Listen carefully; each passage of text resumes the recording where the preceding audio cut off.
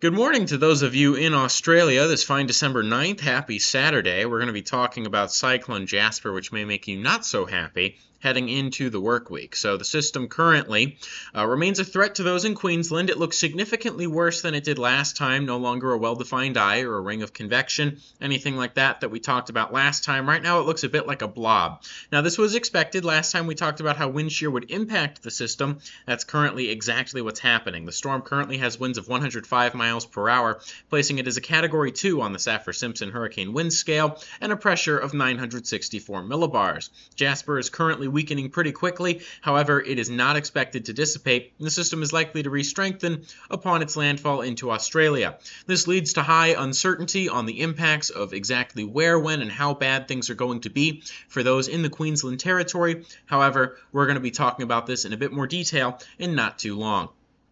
So here's the Bureau of Meteorology's official forecast for the system.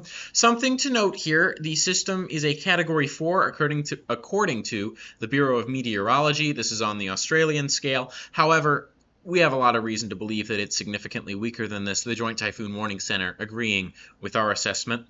So that's what we're going to go with mostly is Joint Typhoon Warning Center information, as that seems to be more accurate for now. However, when the Bureau of Meteorology updates here in not too long, I'm expecting that we'll see things turn more towards the favor of the Bureau again with time. So here is the Joint Typhoon Warning Center forecast. We're going to talk about things in the Saffir-Simpson scale. Storm currently again with winds of 105 miles per hour, but we are expecting it to weaken down to a tropical storm before re-strengthening into a Category 1 cyclone with winds of around 80 miles per hour. At that point, it's going to make landfall likely just north of Cairns is the current thought. However, it could be anywhere from around Cairns all the way to pretty close to the northern tip of Queensland there. Not exactly all the way up there, but fairly close. We'll get into more details about what some weather models are saying in not too long.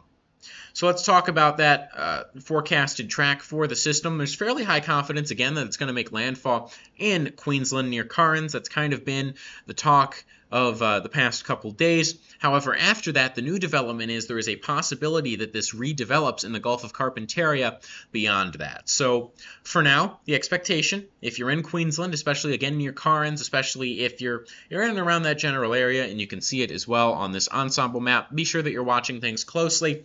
It's appearing as if the system is going to make landfall at some point around Wednesday of next week. Then the Gulf of Carpentaria redevelopment, that's possible 7, 8, 9 days out, so that's very uncertain as to what exactly is going to happen. But make sure you're staying tuned if you're in or around the coast of the Gulf of Carpentaria in case any developments do occur. Well, this is a weather model visualization of what exactly is going to be happening with Jasper over the next few days, courtesy of the global forecast system.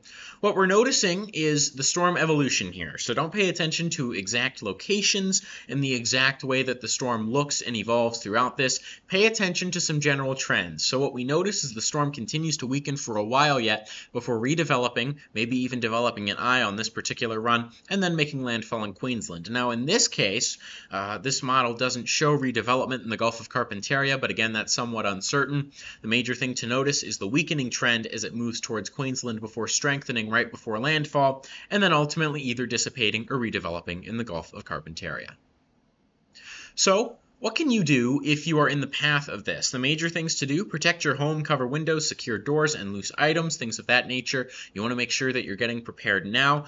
You don't have to do this right now, but make sure you have a plan in place so in 2 or 3 days, once we really zone in on who's going to be impacted, you know exactly what to do. Determine your sheltering options and consider your pets. Make sure that you know your evacuation routes. Make sure that you know what to do if tornadoes are your biggest concern. That's lowest level sturdy building, interior room. Make sure you know what to do in the event of flooding. That's going to be the upper level of a structure. Make sure your documents are secure, things like that. Make sure you have a to-go bag ready, especially if you suspect you're going to be in an evacuation zone soon. That's medications and supplies. You want to make sure that you have ways to charge your phone, and make sure that your vehicle is filled up or charged, depending on if you have a combustion or electric vehicle.